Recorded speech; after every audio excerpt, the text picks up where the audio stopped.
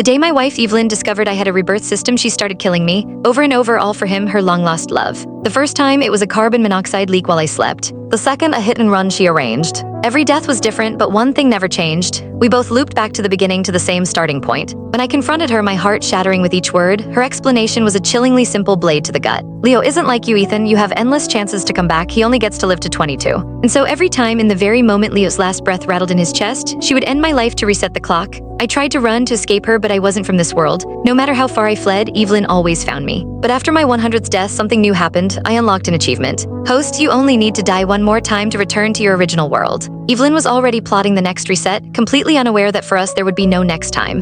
What? My eyes snapped open. I was back in the house I shared with Evelyn. There was no joy, only a hollow numbness as I stared at the enormous wedding photo hanging on the wall. In it, we were cheek to cheek, the very picture of devotion. Back then, the city's elite all whispered the same story. Evelyn Hale, the heiress to a fortune, was madly in love with me. She had to be. Her grand gestures were the stuff of legends. She bought out every luxury car dealership in the city to serve as my personal garage and sunk $1 billion into my fledgling startup just to see if it would float. I believe she loved me too, wholeheartedly. But everything changed the day Leo returned to the country. Just then, the front door flew open. Evelyn's eyes scanned the living room before locking onto me. She strode forward, collapsing into my arms. Ethan, you're still here, thank God. Her arms tightened around me, a crushing force, as if trying to merge our bodies into one.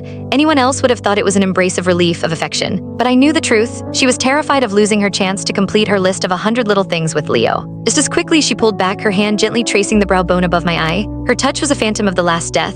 She dosed me with something powerfully addictive and locked me in the bedroom. The withdrawal was agony, and my only relief was smashing my head against the wall again and again until my skull fractured and my brain gave out. Of all the ways I had died, that was the most brutal, the most torturous. Ethan, can you just wait a little longer, please? She pleaded, her voice soft. There are only a few things left on the list. Once I finish them with Leo, I promise it will just be you and me. We can have a good life together. This was the promise I had once yearned for. Now her words were just ashes in my mouth. I subtly eased away from her touch. The housekeeper made dinner. Are you staying tonight? I asked, my voice flat. I already knew the answer. It was a token question. Evelyn seemed to sense my new distance. She knelt, taking my hands in hers, her eyes wide with a performer's sincerity. Ethan, was it too painful last time? I'm so sorry. Don't worry, she promised, her voice dropping to conspiratorial whisper.